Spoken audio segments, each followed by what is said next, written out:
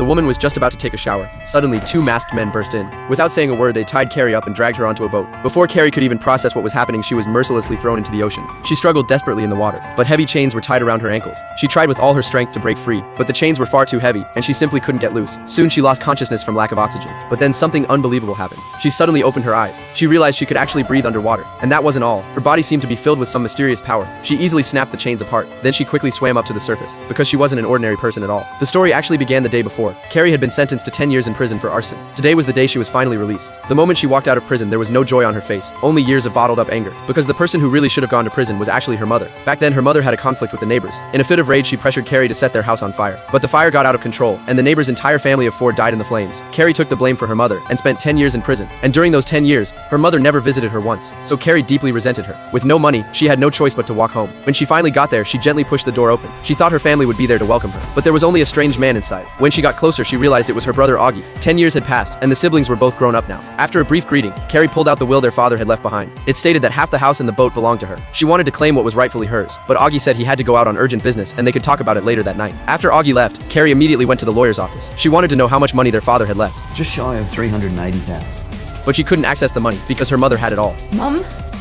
Are you fucking kidding me? Carrie cursed right on the spot. Her mother's name wasn't even in the will. Obviously, her mother had taken the money. But the lawyer also told her that her mother had used the money to buy a bar, and the business was doing pretty well. Carrie rushed straight to the bar. She wanted to take it back, but the moment her mother saw her, she showed no guilt about Carrie going to prison, and had no intention of giving the money back. Carrie didn't want to argue anymore, so she went to her father's old fishing boat. All over the boat were height marks her father had carved for her. Looking at those memories, Carrie felt overwhelmed with emotion. Then she remembered something her father once told her. You're ever in trouble? I'm not around. Check your account. Make sure there's always something left there for you. Sure enough, she found a large stash of cash hidden inside.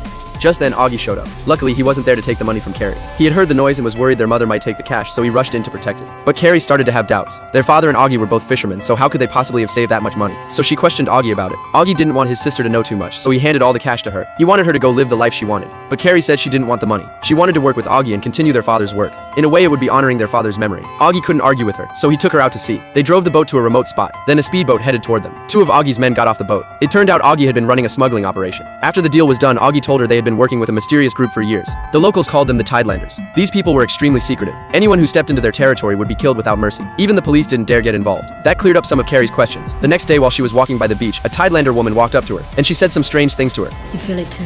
Being away from the water for so long. Why are you here? What drew you back to this place that does not love you? Carrie was completely confused. She didn't answer her questions. Instead, she asked for the woman's name. Andrea Cuthbert. Maybe we'll meet again.